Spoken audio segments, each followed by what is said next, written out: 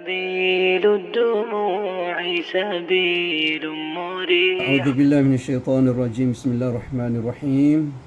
الحمد لله رب العالمين والصلاة والسلام على رسول الله وعلى آله وصحبه أجمعين. أما بعد,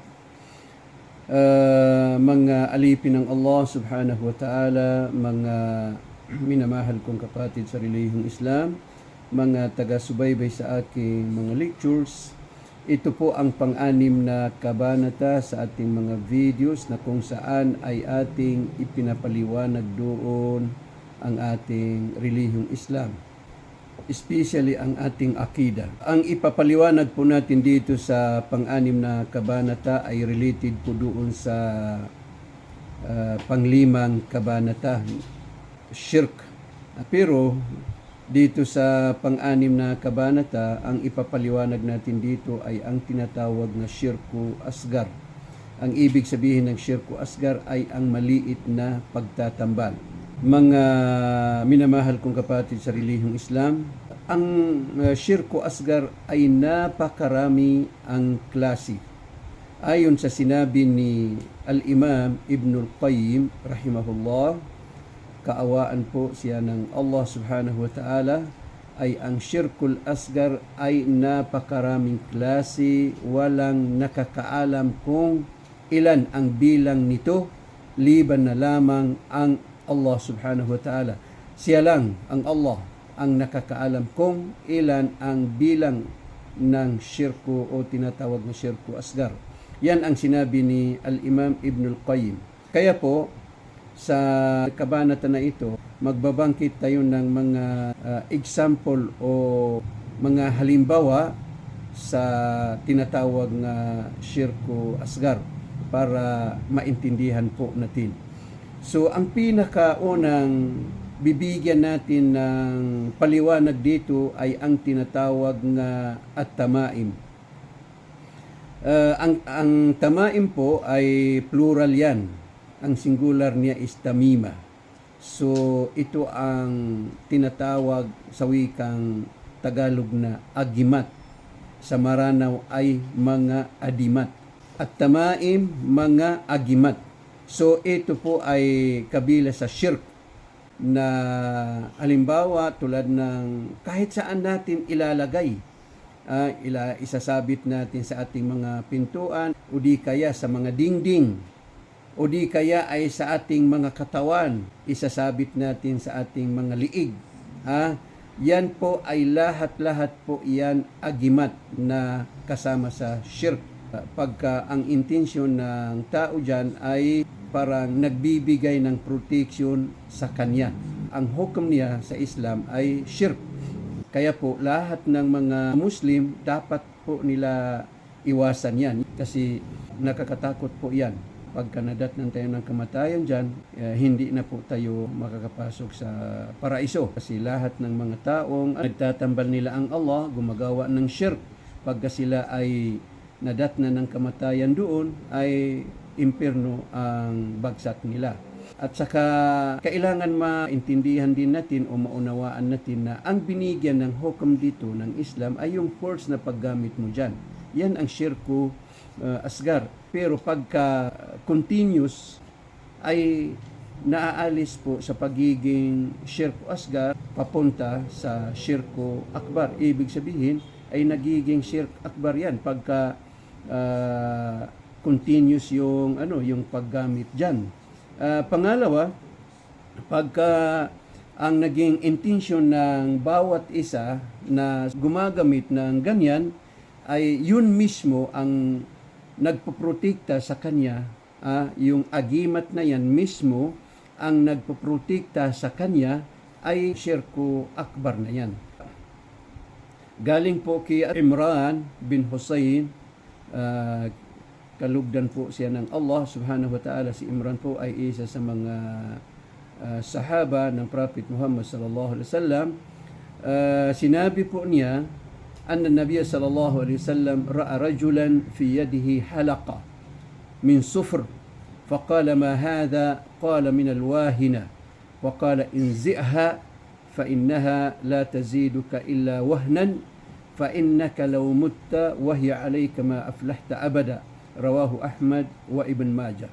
Ang ibig po sabihin ng hadith na ito ay sinabi ng isang sahaba na si Imran bin Husayn. Kalugdan po siya ng Allah subhanahu wa ta'ala na katotohanan si Prophet Muhammad sallallahu alaihi wasallam, nakita niya ang isang tao o lalaki may nakasuot sa kaniyang kamay. Ang nakasuot sa kaniyang kamay ay tinatawag na halaka. Ang ibig sabihin o literal meaning ng halaka is bracelet.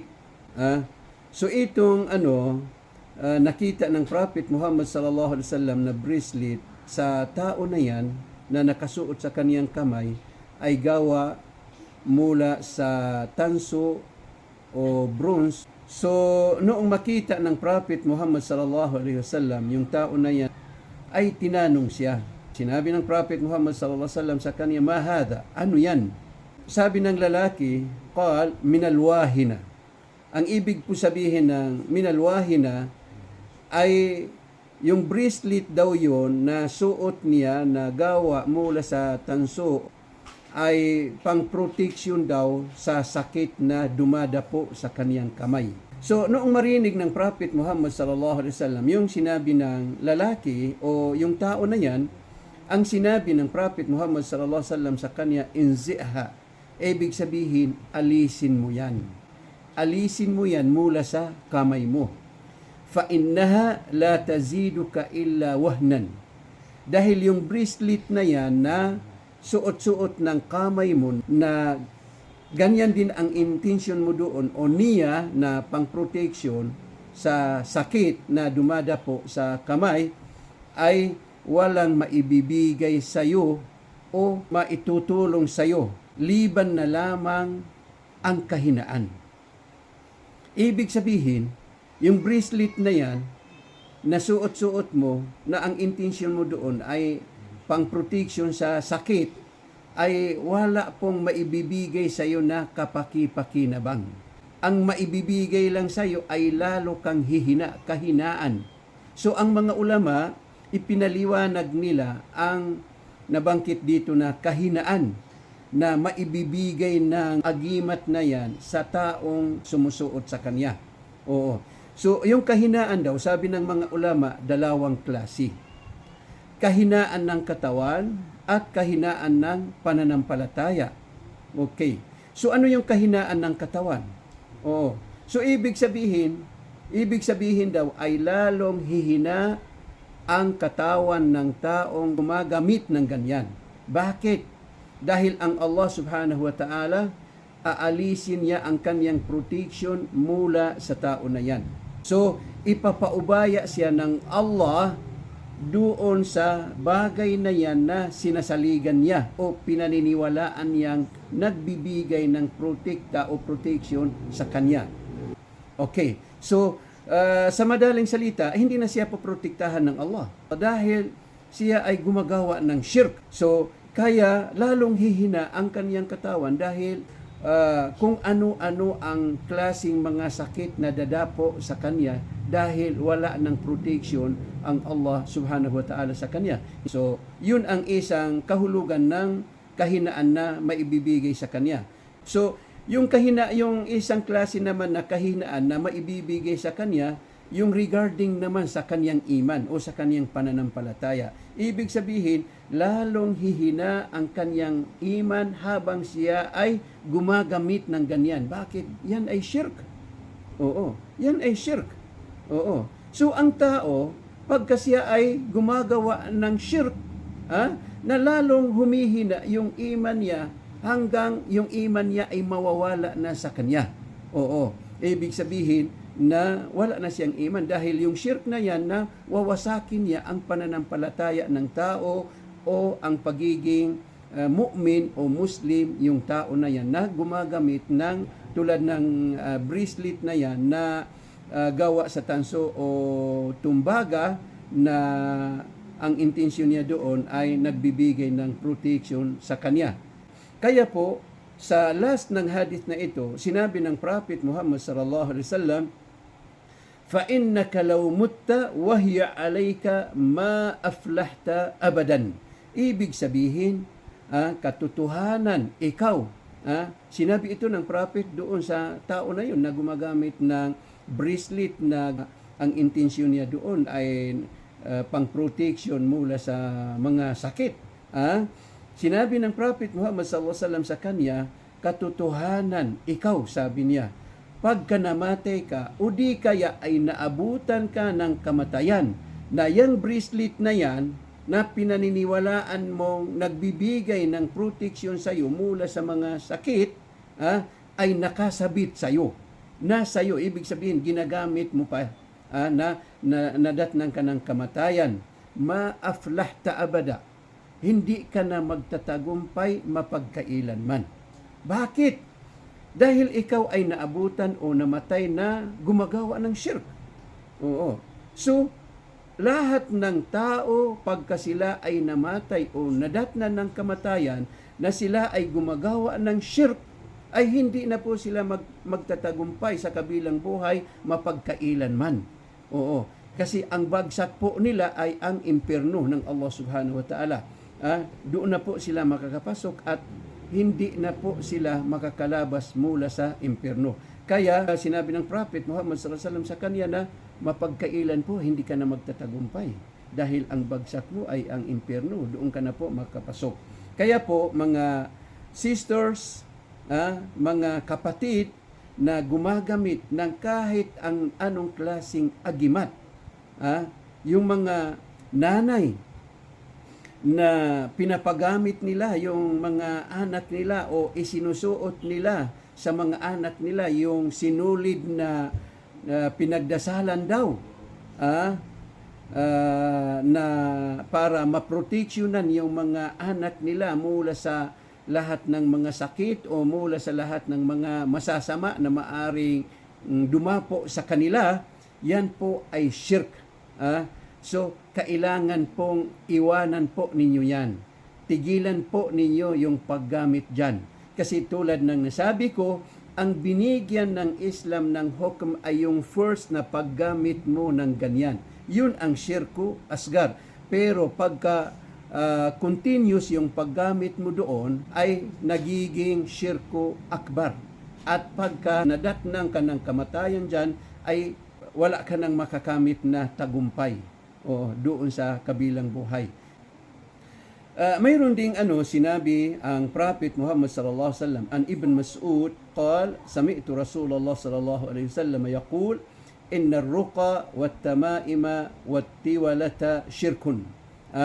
Mula kay Ibn Mas'ud, sinabi niya na narinig ko ang sugo ng Allah na si Prophet Muhammad sallallahu alaihi wasallam na sinasabi niya, inna ar-ruqa wat-tamaima wat-tiwalata syirkun.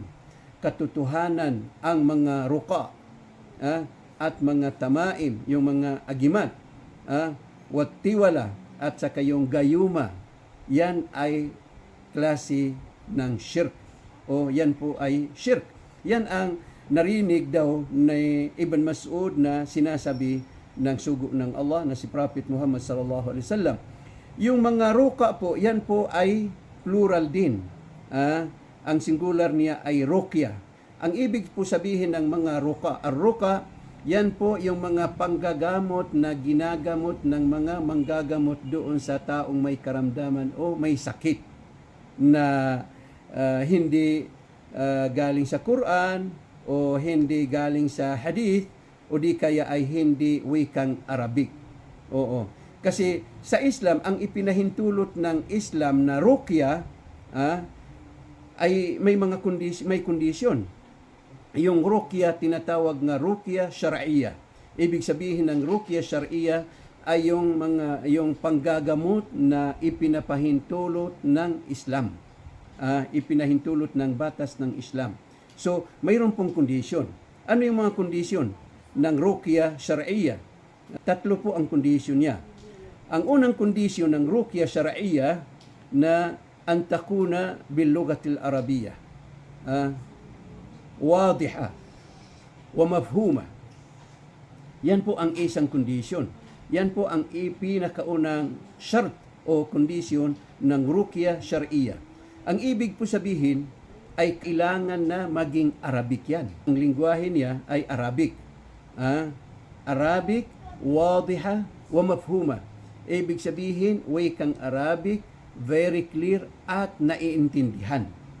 Kahit ang pagkasulat halimbawa is Arabic, litrang Arabic.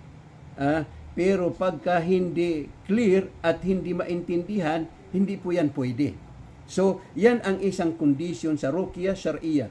Kailangan na wikang Arabic, very clear, at saka naiintindihan. Yan ang pinakauna sa mga syurut o mga kondisyon ng ruqya syar'iyah. Ang pangalawang kondisyon ng ruqya syar'iyah ay antakuna min al-adhkar aw al-ad'iyah al-warida anin Nabi sallallahu alaihi wasallam. Bimana an takuna min as-sunnah. As-sunnah an-nabawi asy-syarifah. As-sahihah. Kailangan na maging hadith yan, maging sunnah ng Prophet Muhammad sallallahu alaihi wasallam, maging kasama sa mga adhkar o di kaya ay mga ad'iyah warid ani Nabi sallallahu alaihi wasallam galing kay Prophet Muhammad sallallahu alaihi wasallam. So kailangan yan. Yan ang pangalawang kondisyon. Kailangan na sunnah. Galing sa sunnah ng Prophet Muhammad sallallahu alaihi wasallam o di kaya ay galing sa mga adhkar o di kaya ay mga ad'iyah na galing kay Prophet Muhammad sallallahu alaihi wasallam. Yan ang pangalawang kondisyon. Unang kondisyon, kailangan na Arabic, very clear, at saka mafhuma, ibig sabihin naiintindihan. Kahit Arabic ang pagkasulat, pagka hindi clear o di kaya ay hindi naiintindihan, ay hindi po yan pwede. Labas yan doon sa mga syurut o mga kondisyon ng ruqya syar'iyah, panggagamot na ipinahintulot ng Islam. Pangalawang kondisyon ay kailangan na galing sa hadith o di kaya hadith o sunnah ng Prophet Muhammad sallallahu alaihi wasallam. Pagka hindi hadith, hindi galing sa sunnah ng Prophet Muhammad sallallahu alaihi wasallam, hindi kasama sa mga adhkar o di kaya ay ad'iyah na galing kay Prophet Muhammad sallallahu alaihi wasallam, hindi po yan pwede. Pangatlong kondisyon ay an yu'takada anna ar-ruqyata la tu'athir wa la tanfa bidhatiha bal bidhatillah subhanahu wa ta'ala. Ang ibig po sabihin, yan ang pangatlong kondisyon. Ibig sabihin na kailangan na paniwalaan, yu'taqad. Kailangan na paniwalaan na yung ruqya na yan ay walang maibibigay na kapaki-pakinabang kung sa sari-sarili lang niya. Ibig sabihin kung yung ruqya na yan mismo ang parang magbibigay na lakas o makakagamot doon sa karamdaman ng taong may sakit, na hindi yan pwede. Oo. Kailangan na paniwalaan ng taong nanggagamot na yung ruqya na yan ay walang silbi liban na lamang kung ito ay bigyan ng Allah ng baraka. Dahil ang Allah subhanahu wa ta'ala, siya lamang po ang pwedeng magpagaling sa lahat ng mga taong may karamdaman. Walang iba po. Ang Allah subhanahu wa ta'ala, siya lang. Oo. Kaya kailangan na kung ikaw ay manggagamot, maniwala ka na yung ruqya na yan, yung panggagamot na yan, na igagamot mo doon sa tao na yan na may karamdaman, wala pong silbiyan. Hindi po niya kayang gamutan yung taong may karamdaman. Kailangan na manalig ka ng kumplito kay Allah subhanahu wa ta'ala. Na siya ang magbibigay ng baraka doon sa ruqya na igagamot mo doon sa tao na yun na may karamdaman. Ito po ang pangatlong kondisyon. So, uulitin ko po, ang pinakaunang kondisyon sa ruqya syar'iyah na kailangan na ito ay wikang Arabic, very clear, mafhuma, very clear at naiintindihan. Pangalawang kondisyon, kailangan ito ay galing sa sunnah ng Prophet Muhammad sallallahu alaihi wasallam. Hadith, dhikr, o dua, adhkar, o ad'iyah, warida anin Nabi sallallahu alaihi wasallam, galing kay Prophet Muhammad sallallahu alaihi wasallam. Pangatlong kondisyon, kailangan na maniwala ang taong manggagamot na ang ruqya na yan wala pong maibibigay na kapaki-pakinabang o hindi po niya kayang gamutan yung taong may karamdaman o may sakit, liban na lamang kung ito ay bigyan ng Allah ng baraka. Dahil ang Allah subhanahu wa ta'ala, siya lang ang pwedeng magpagaling sa lahat ng taong may karamdaman. Wala pong iba.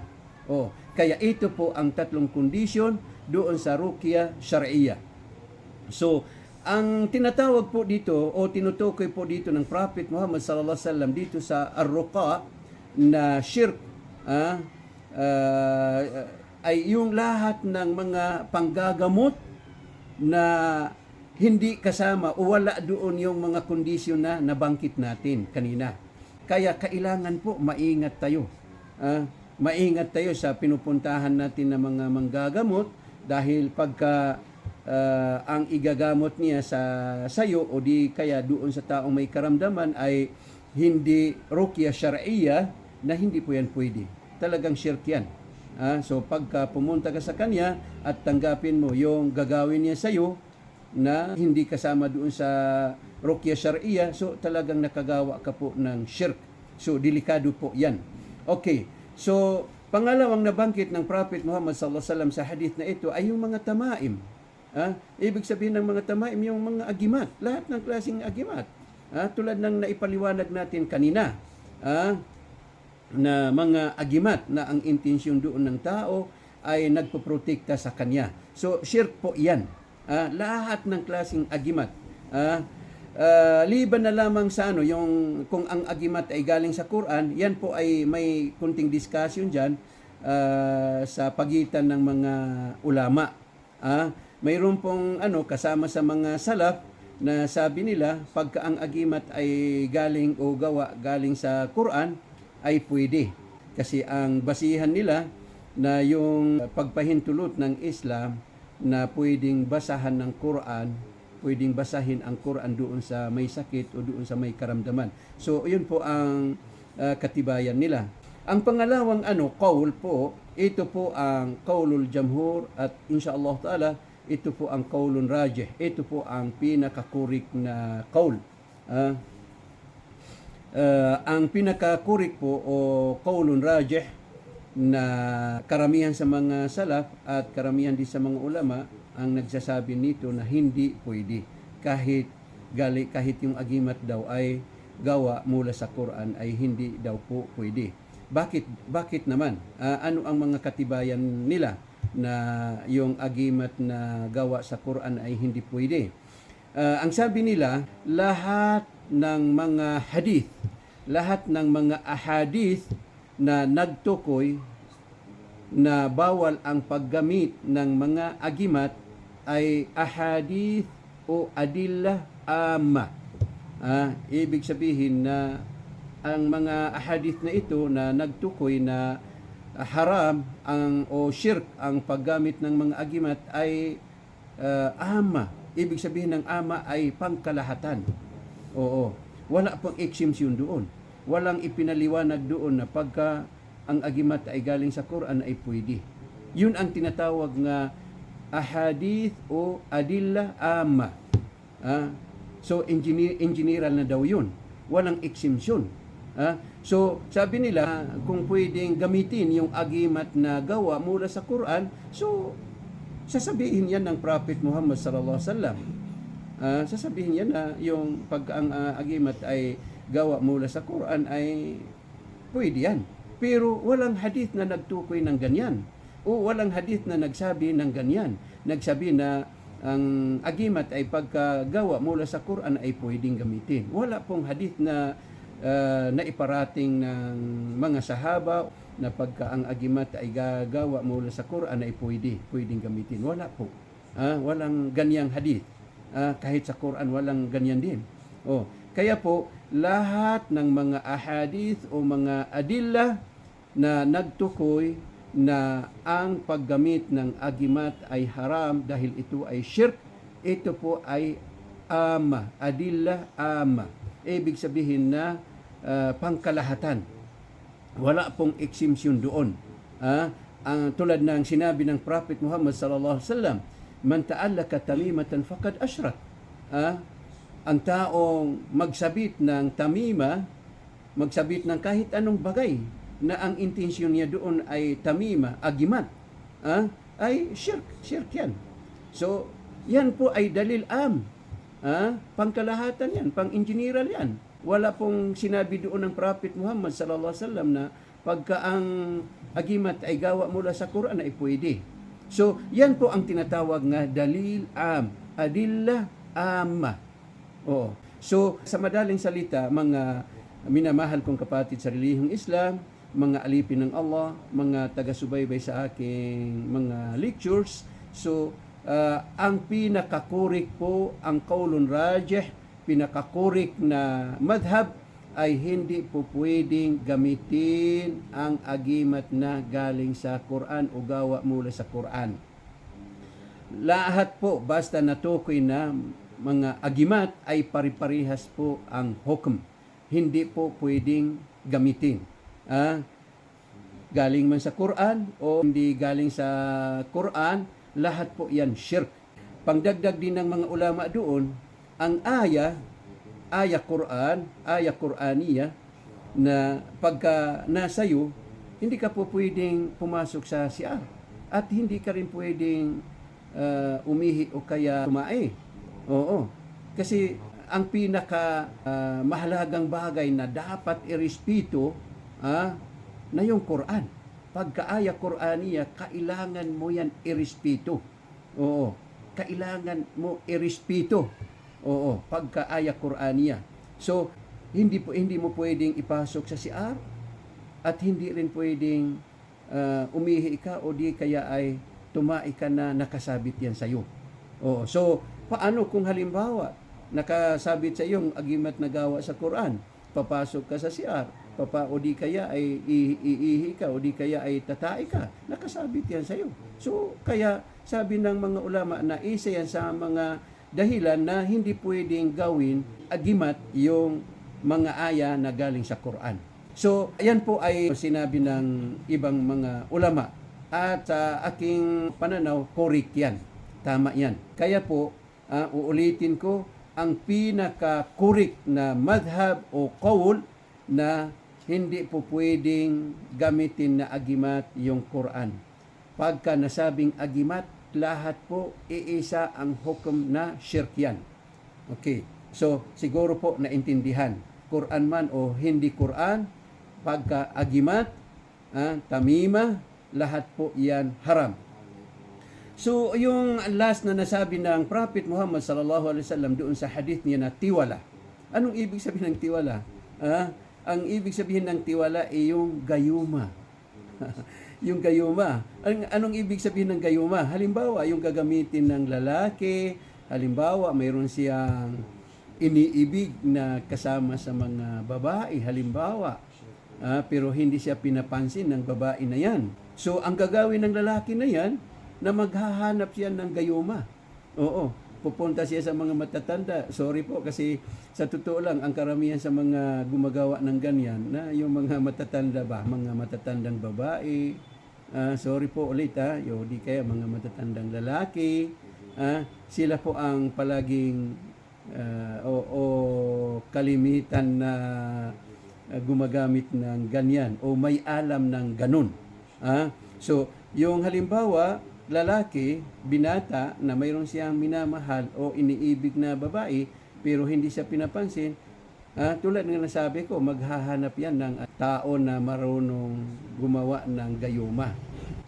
So, gagamitin niya doon sa babae para siya ay ibigin o mahalin. So, yan po ay shirk. Yan po ay haram. So, ganun din yung kasi hindi lang lalaki ang gagamit dyan .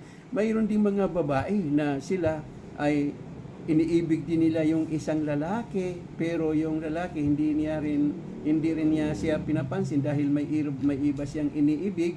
So, ganun din, yung babae na yan, yung dalaga na yan, ay maghahanap din ng taong marunong gumawa ng gayuma. Anyway, yung gayuma, tiwala, yan po ay shirk, yan po ay haram. So, Ipinagbawal po yan ng Prophet Muhammad sallallahu alaihi wasallam sa ating lahat. Kaya hindi po tayo pwedeng gumamit ng ganyan, yung mga gayuma. Haram po yan dahil yan po ay shirk. Pangalawa pong maibibigay ko sa inyong halimbawa ng shirkul asgar na yung yasirur riya. Ang ibig sabihin ng yasirur riya, yung maliit na pagpapakitang tao. Oo, maliit na pagpapakitang tao. Ibig sabihin, pagka narinig na maliit, may malaking pagpapakitang tao. So, iba ang usapan doon. Pagka malaki, yan po ay saklaw ng shirku akbar. So, ito po yung yasirur riya. Ibig sabihin ng yasirur riya, maliit na pagpapakitang tao. Ito po ay shirku asgar. Tingnan po natin itong sinabi ng Prophet Muhammad sallallahu alaihi wasallam sa kanyang hadith, akhwafu ma akhafu alaykum ash-shirkul asghar fasuila anhu faqala ar-riya.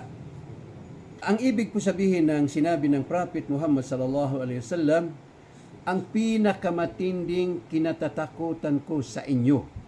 Ang kinakausap niya diyan yung mga sahaba niya. Pero kasama tayo diyan. Hindi lang yung mga sahaba kasi kasama dyan ang lahat ng kaniyang mga umma. So tayo kasama sa mga umma ni Prophet Muhammad sallallahu alaihi wasallam.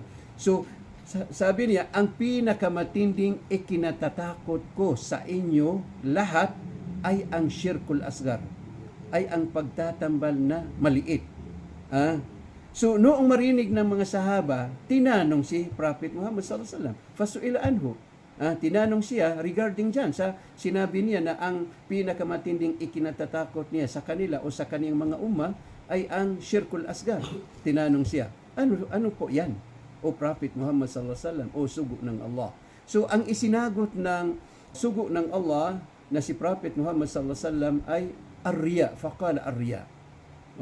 Noong tanongin siya kung ano yung shirkul asgar na ikinatatakot niya sa kaniyang mga umma, sinabi niya na arya. Ang ibig sabihin ng arya ay ang pagpapakitang tao. So, ang riya po, nakakatakot din yan. Mga alipin ng Allah, mga minamahal kong kapatid sa Islam, mga taga-subaybay sa aking mga lectures, nakakatakot po yan. Nakakatakot po ang riya o ang pagpapakitang tao. Dahil ang riya po ay yuhbitul amal alladhi qaranahu. Anong ibig sabihin? Sisirain po niya, wawasakin po niya ang trabaho o ang gawain na ginagawa ng isang tao na mula sa umpisa ay kasama niya yung riya. Yung pagpapakitang tao. Yung ibada halimbawa, pagsasala o pagkawanggawa o paghahaj o pagjijihad o kahit anong klaseng pag-iibada. Pagkakasama niya yung riya, nandudoon yung riya, yung pagpapakitang tao, ibig sabihin, nagdadasal ka na para puriin ka ng mga tao, pagpapakita doon sa mga taong tumitingin sa'yo, para puriin ka nila, o kaya ikaw ay gumagawa ng kawanggawa para puriin ka ng mga tao, o di kaya ay nagjihad para puriin ng mga tao, o di kaya ay kahit anong klaseng ibada na ginagawa mo, na ang intensyon doon ay para puriin ka ng mga tao. Yan po ay pagpapakitang tao, tinatawag na shirkul asgar. Yan ay riya, na sisirain niya ang lahat ng gawain mong kasama niya yung riya na yan. Kaya nakakatakot. Oo. Kasi halimbawa, kung nasanay ka sa ganyan, di ibig sabihin, wala ka nang gagawin na liban na lamang na yung gawain na yan ay kasama yung riya. So, ang mangyayari sa iyo, ang magiging resulta, wala na pong tatanggapin ng Allah sa lahat ng mga gawain mo. Dahil lahat ng mga gawain mo ay nandudoon yung riya. Kaya po, nakakatakot po yan.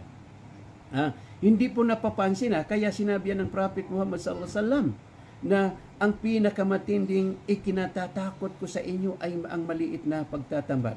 Dahil maliit hindi napapansin. Oo, hindi napapansin ng bawat isa. Kasi maliit. Kaya yan ang ikinatatakot, pinakamatinding ikinatatakot ng Prophet Muhammad sallallahu alaihi wasallam sa atin. Dahil yung maliit na yan, pagka-continuous yung nagiging malaki na. So, ang ibig sabihin, magiging shirk akbar na yan. pagka-continuous yung paggawa mo ng mga ibada o kahit anong klase sa lahat ng mga klase ng ibada na nandudoon yung riya o yung syirkul asgar na tinatawag nga riya. Kaya nga, ang sabi ng mga ulama, al-istimraru fi fi'li asyirki al-asgar yaj'aluhu min asyirki al-akbar. Al-istimrar, ang ibig sabihin, yung pag-continue, yung pag-continue sa paggawa ng syirkul asgar ay magiging syirku akbar. Kaya po, nakakatakot po yan. Kaya po, kailangan na iwasan natin lahat ng klaseng syirkul asgar. Tulad ng kasama dito yung riya. So, kasama din sa riya na pwedeng sabihin natin na malaking pagtatambal ay yung riyaul munafikin. Yung riya ng mga taong mapagkunwari. Yan ang mga taong mga munafikin. Anong ibig sabihin ng mga munafikin? Ang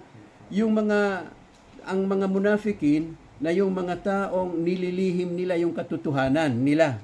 Yung katotohanan nila, halimbawa, ang katotohanan nila ay sila ay mga kufar, sila ay mga musyrik, yan ay nililihim nila. Ang ipinapakita nila sa mga tao ay sila ay mga Muslim. So yan ay riyaul munafikin na yan ay bahagi ng syirku akbar. Hindi yan syirku asgar. Sinabi ng Allah sa Suratun Nisa, al-aya 145, Innal munafikina fid darkil asfali minan nar. Katotohanan, ang mga munafik, lahat-lahat ng mga munafik ay mapupunta sa pinakailalim ng impyerno, na doon sila paparusahan. Napakatindi ang pagpaparusa sa kanila doon at walang hangganan ang pagpaparusa sa kanila doon. Kasama din sa mga syirkul asgar na gusto kong ipaliwanag dito, yung sinabi ni Al-Imam Ibnul Qayyim na at-tasannu lil makhluk. Ito po, nakakatakot ito kasi maraming tinatamaan dito. At-tasannu lil makhluk. Si Imam Ibnul Qayyim, sinabi po niya ito, na ito ay kasama sa mga klase ng syirkul asgar. Anong ibig sabihin ng at-tasannu lil makhluk? Yung magpa-prepare ka para sa isang nilalang o isang panauhin na very respected, halimbawa dahil mataas ang katayuan sa buhay. So paghahandaan mo ng napakasarap na pagkain o di kaya ay kahit anong ipaghahanda mo sa kanya, na ang intensyon mo doon ay para halimbawa mayroon kang gustong hingiin mula sa kanya, halimbawa position, ibig sabihin na yung paghahanda mo sa kanya na may sukli, may iniisip ka na isusukli niya doon. So yan ay, ayon sa sinabi ni Imam Ibnul Qayyim, yan po ay syirkul asgar pa yan, syirkul asgar yan. Kasi bakit niya sinabi nga syirkul asgar? Dahil wala dyan yung ikhlas, kundi yan ay riya, pagpapakitang tao. Oo. Kasi sabi niya, ang Muslim, dapat lahat ng ginagawa niya ay para sa Allah. Nandudoon yung ikhlas. Okay, yung bisita mo, karapatan yan paghandaan mo, papakainin mo siya para sa Allah subhanahu wa ta'ala dahil ipinag-utos yan ng relihiyong Islam. Ipinag-utos ng Allah, ipinag-utos ng Prophet Muhammad sallallahu alaihi wasallam na yung bisita mo ay irespeto mo, igalang mo, pakainin mo. So para sa Allah yan. Bakit mo yan gagawin? Dahil sa Allah, dahil utos yan ng Allah, utos ng Islam, utos ng Prophet Muhammad sallallahu alaihi wasallam. Kaya nga papakainin mo siya dahil bilang pagsunod sa kautusan ng Allah subhanahu wa ta'ala. So ibig sabihin, pagka yan ang intensyon mo, so nandyan yung ikhlas.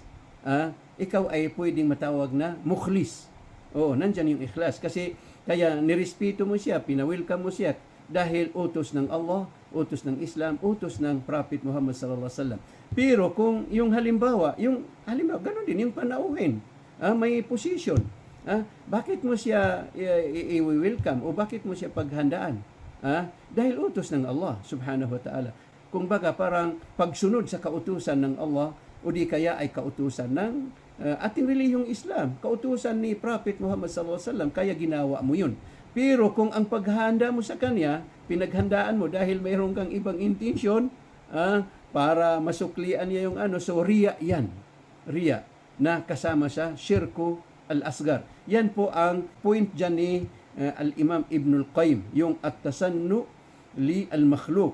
Wa hadha yusamma syirkan asgar fa innahu riya. Yan ang sinabi ni al-Imam Ibn al-Qayyim. Fasahibuhu ya'malu bihadha lihaddi nafsihi aw li talabi dunya. Ibig sabihin, yung tao na yan, na kaya gagawin niya yan dahil para sa kaniyang sarili.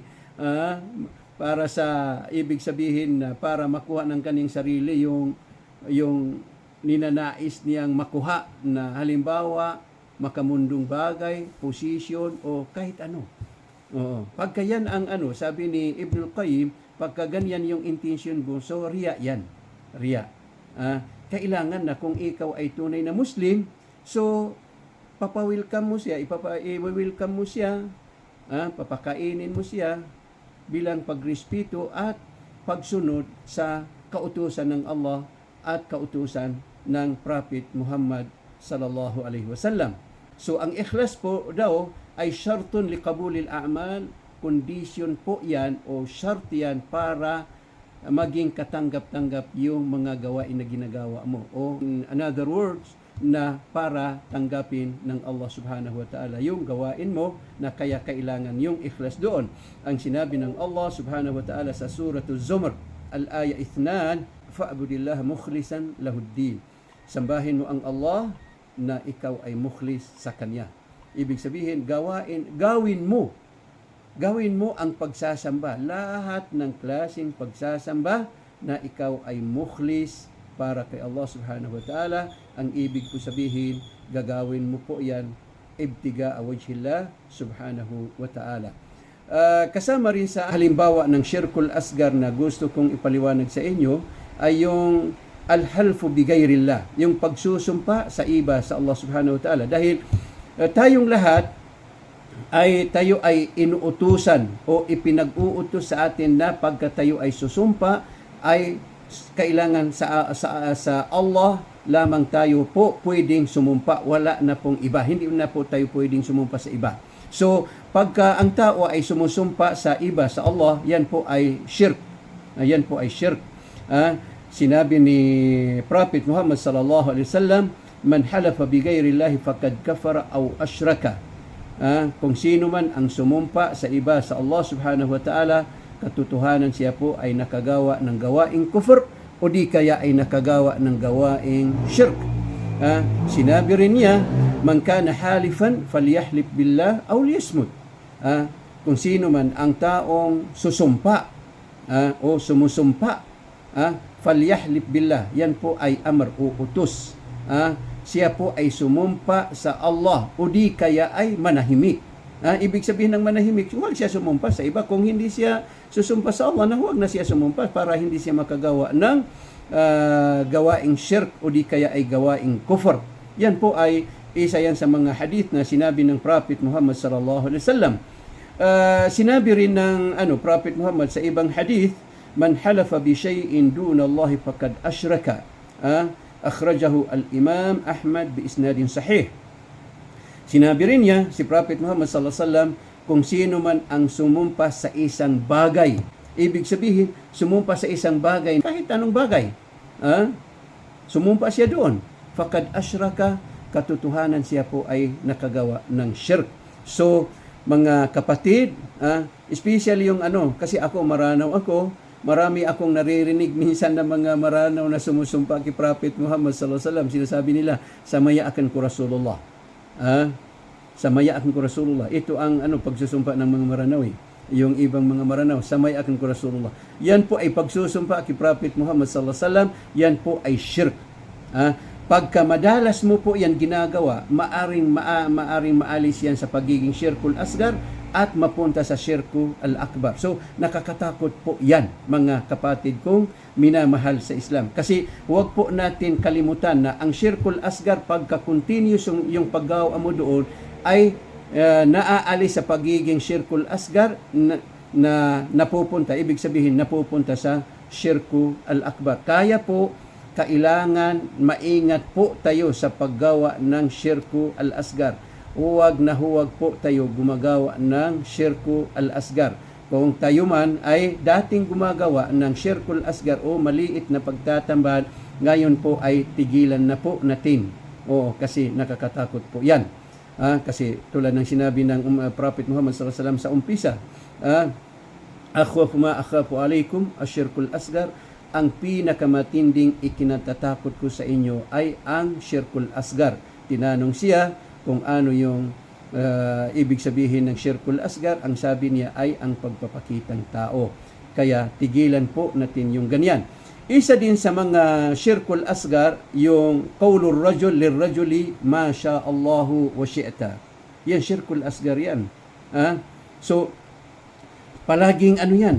Laging nangyayari yan. Anong ibig sabihin? Ma sha Allah wa syi'ta. Kagustuhan ng Allah at kagustuhan mo. Ibig sabihin, halimbawa, nakapunta ako dito dahil kagustuhan ng Allah at kagustuhan mo, o di kaya ay kagustuhan mo at kagustuhan ng Allah. So, shirk yan. Dahil nandoon yung comparison eh. Oo. Inihambing mo doon sa kagustuhan ng Allah yung kagustuhan mo o kagustuhan ng isang tao. So, shirk yan. Shirk yan. Kasi yung kagustuhan ng tao ay hinahambing mo doon sa kagustuhan ng Allah. Ibig sabihin, ipinariho mo doon sa kagustuhan ng Allah. Kaya shirk yan. Kailangan po, iwasan po natin. Maraming mga Muslim na nagsasabi ng ganyan ba? Tulad din ng halimbawa, pagsabi ng hada min Allah wa minka. Ito ay galing sa Allah at galing sa iyo. Shirk din yan. So marami ding mga taong nagsasabi ng ganyan. O di kaya ay wa ana mutawakkilun ala Allahi wa alayka. Ako ay nananalig sa Allah at nananalig din ako sa iyo. Lahat po ito shirk dahil may mga comparison dito. Kasi tulad ng ako ay nananalig sa Allah at nananalig sa iyo. Okay, so may comparison dyan. May paghahambing dyan. Inihambing mo dito sa Allah yung isang tao. Yung isang tao. So, lahat po ito madalas na nasasabi, lumalabas sa ating mga bunganga. So, ito po ay syirku al-asgar. Pero, ito po ay maaring maging syirkul akbar. Depende sa niya o intensyon ng tao. At pagka palagi mo ito ginagawa, na tulad ng nasabi ko kanina na nagiging syirku akbar po. Tulad din ng pagsasabi na walaw la tabibu lahalakal marid. Kung wala yung doktor, kasi halimbawa yung doktor na naggamot doon sa may karamdaman o doon sa taong may sakit, na kilalang matalino, magaling. So alhamdulillah, gumaling yung tao na ginamutan niya. So sinabi ng mga kamag-anak niya, walaw la tabibu lahalakal marid. Kung wala yung doktor, siguro namatay na yung tao. Kasi yung halak doon na yung nasira ba? Ibig sabihin namatay. Walaw la tabibu, lahalakal marid. Kung wala yung doktor na magaling, na namatay na, siguro baka namatay na yung tao. Yan po, shirk po yan. Kasi uulitin ko po, wala pong nagpapagaling, liban na lamang ang Allah subhanahu wa ta'ala. Yung doktor na yan, na dahilan lang yan. Kasi ang nagbigay din sa kanya ng kaalaman ay ang Allah subhanahu wa ta'ala. So, ganyan po, talagang nakakatakot po yung lahat-lahat ng natatawag nga syirkul asgar, nakakatakot po yan. Tulad din ng pagsabi, walaw lal kalbu, ladakhala lisul manzil. Kung wala yung aso, halimbawa, yung aso, mayroon kang aso doon na laging tumatahol, pagka may naramdaman na tao, na tapos may nagtangkang pumasok sa bahay mo, na hindi siya nakapasok doon dahil doon sa aso, sinabi mo, kung wala yung aso, napasok ka na ng magnanakaw yung bahay. So, lahat po ito, shirk. Napakarami po ang klase ng syirku al-asgar. lahat itong nabangkit natin dito sa kabanata na ito ay lahat po ito syirkul asgar na kailangan po iwasan po natin ito dahil ito ay lahat syirkul asgar na ikinatatakot ng Prophet Muhammad sallallahu alaihi wasallam sa atin lahat. At ito ay pagka-continuous yung paggawa nito, lahat ng syirkul asgar, pagka-continuous yung paggawa dyan ay naaalis sa pagiging syirkul asgar na pupunta sa syirkul akbar. Pagka-continuous yung paggawa mo dyan. So, mga kapatid kong minamahal sa Islam, mga alipin ng Allah, mga taga-subaybay sa aking programa, tulad po ng nasabi ko na napakarami po ang klaseng syirkul asgar ayon sa sinabi ni Imam Ibnul Qayyim. So, mga minamahal kong kapatid sa Islam, hanggang lang dito po itong kabanatang pang-anim. So, ako po ay humihiling sa Allah subhanahu wa ta'ala na bigyan po niya tayo lahat ng taufik at gabayan po niya tayo lahat habang tayo ay nandito sa ibabaw ng lupa at lahat po niya tayo tanggapin sa kaniyang paraiso sa kabilang buhay. Amin. Wassalamu alaikum warahmatullahi ta'ala wabarakatuh. سبيل الدموع سبيل مريح